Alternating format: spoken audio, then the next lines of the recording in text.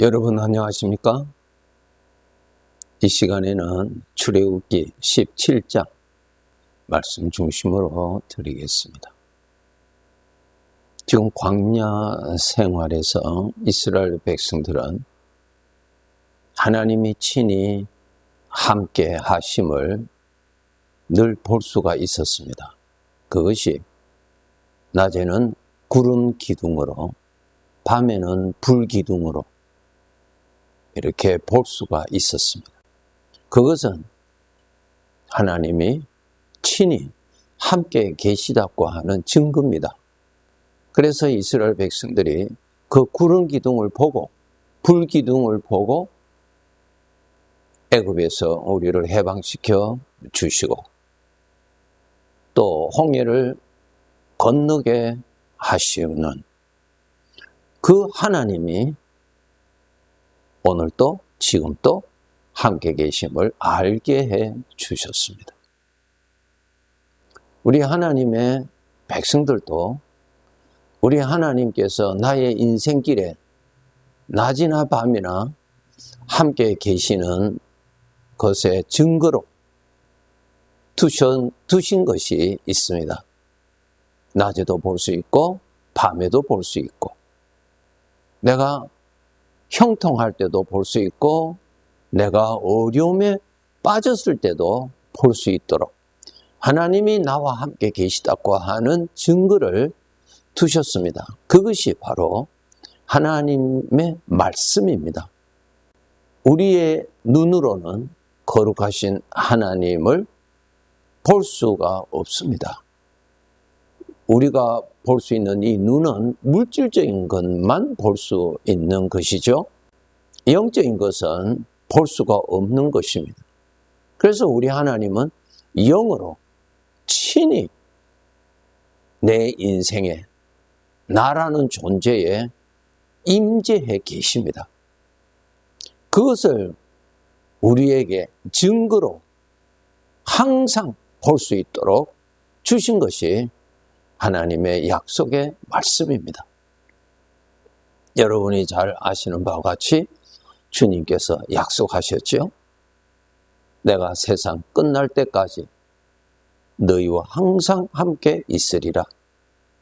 그러한 말씀, 내가 너와 함께 한다, 내가 너와 함께 하리라, 내가 너를 인도하리라, 이 말씀이 곧 하나님이 나와 함께 계시다고 하는 증거입니다. 증거. 즉 지금 광야에서 이스라엘 백성들이 구름 기둥을 볼 수 있잖아요. 밤에도 볼 수 있죠. 사람의 눈으로는 구름 기둥이지 그것이 하나님으로 보이는 것은 아니지요. 구름 기둥입니다. 그 구름 기둥을 보고 어떻게 알아야 됩니까? 하나님이 오늘도 같이 계신다라는 것을 아는 것입니다. 하나님이 같이 계시다고 하는 증거이거든요. 그 증거를 통해서 하나님께서 함께 하시고 또 그 구름 기둥이 움직일 때는 하나님께서 우리를 인도하시는 것을 알고 따라가고 그렇게 했던 것입니다. 그와 마찬가지로 오늘날 우리 눈에는 무엇을 보여주시는가 하면은 말씀을 보여주십니다. 그 말씀을 우리가 읽을 수 있잖아요. 하나님께서 말씀으로 알려주셨어요. 그래서 우리가 그 말씀을 읽고 그 말씀이 증거이거든요.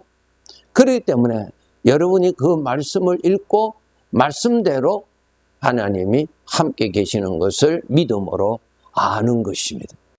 자, 이제 광야에서 하나님께서 함께 하시는 이러한 생활을 저들이 하고 있죠.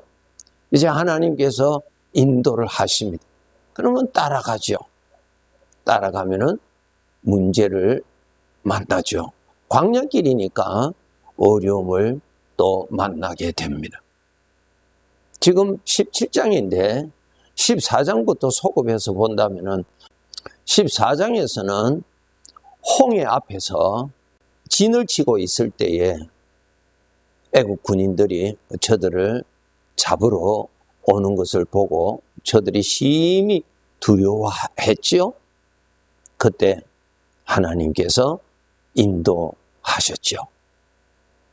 바다에 길을 내시고 그 길을 통하여서 이스라엘 백성들이 다 건너오도록 하나님이 다 인도를 하셨습니다.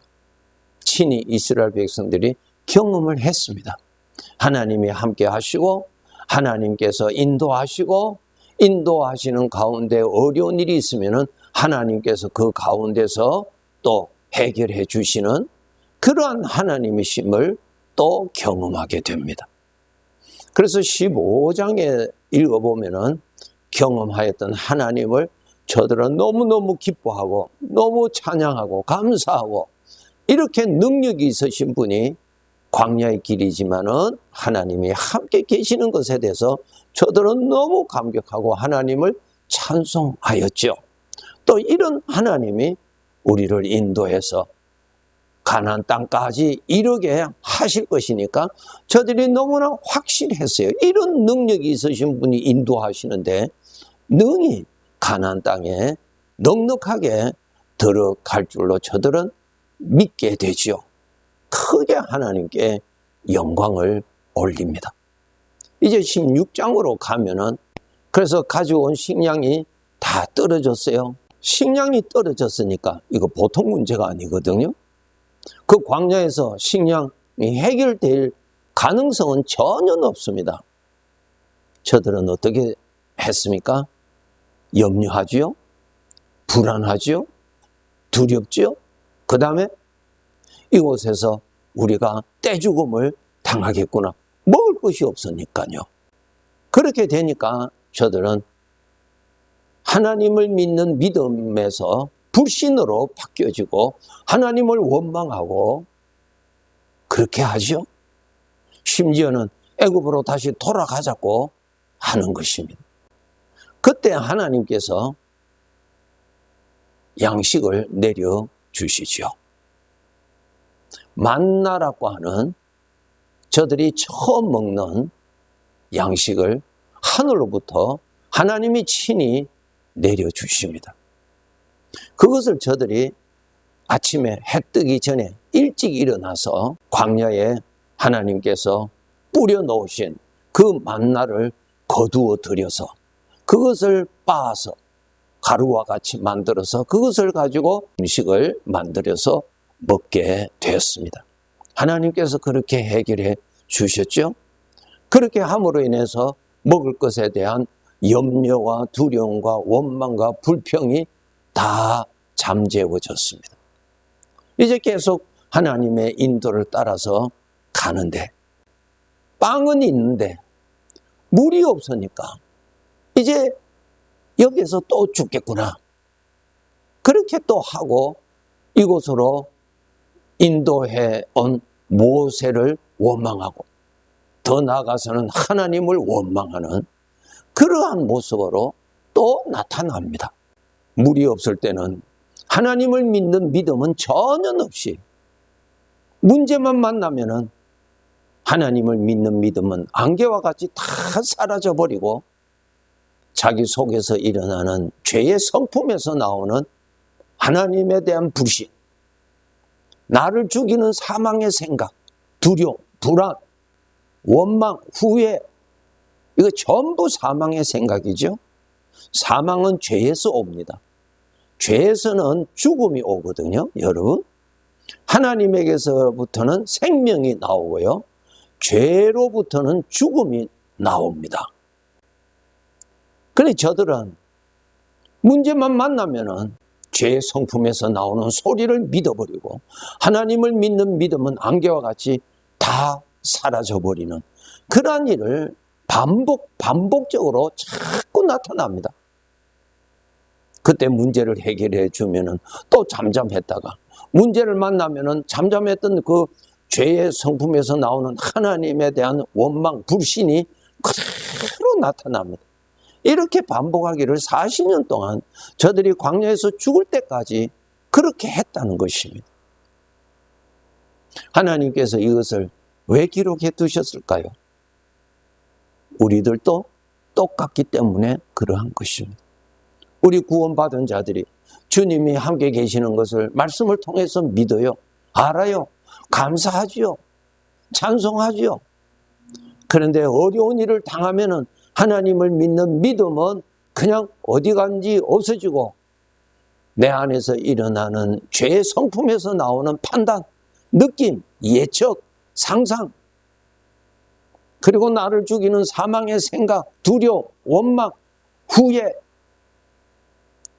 그것을 믿어버리고 그 생각의 포로가 되어버립니다. 이런 생활을 우리는 수없이 반복해 가는 것입니다. 그렇게 하다가 하나님께서 좀 문제를 해결해 주시면은 할렐루야, 하나님 감사합니다.